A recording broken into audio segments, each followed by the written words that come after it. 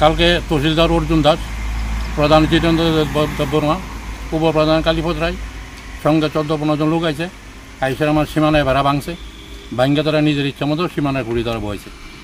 এখানে আমি জন্মসূত্রে বাসিন্দা, তারা জায়গাটা দখল করতে আসে, জায়গাটা দখল করে তারা বিক্রি করে দিব, উদ্দেশ্য তাদেরই। আমার টোটাল 84 জায়গা আছে না, 2 ঘন্টা, প্রায় 1.5 ঘন্টা। তারা জায়গাটা দখল করে বিক্রি করবো, তারা বাধা দিচ্ছে, তারা কইছে না এটা তারা জায়গা দখল করে নিব জোর করে। কইছে পারলে আমি বাধা দিতাম, তো আমি তাদের সঙ্গে তার মারপিট করতে পারবো না। তারা 14-15 জন লোক আছিল, তহসিলদার, প্রধান, উপপ্রধান, সঙ্গে আর কিছু লোক। টিনের বেড়া ছিল, টিনের বেড়া তারা খুলে পালাইছে। লেবু গাছ আছে, লেবু গাছ খুলে তারা কাজ চালাইছে। সুপারি গাছ আছে, এটি তারা কাজ চালাইছে।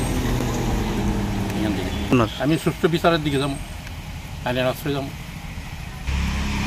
এবারে যে তো প্রায় ধরলা 2 কোটি টাকা কানি এখন বাজারে তারা নিজের ধান্দা হিসেবে বিক্রি করা ধান্দা হিসেবে তারা মেন তহসিলদার, প্রধান, উপপ্রধান। আশা করি আইনের দিকে যাবো। যেটা দক্ষিণ মধুপুর স্কুল চমনি। আমার নাম নিত্যরঞ্জন দেব। হ্যাঁ, সব কিছু আমার কাছে, কাগজপত্র আছে, ম্যাপ আছে, সমস্ত রেকর্ড আছে আমার কাছে। টাকাটা নিয়ে বিক্রি করে দিব দল করে না। এখন আমি কারো দ্বারস্থ হয়েছি না।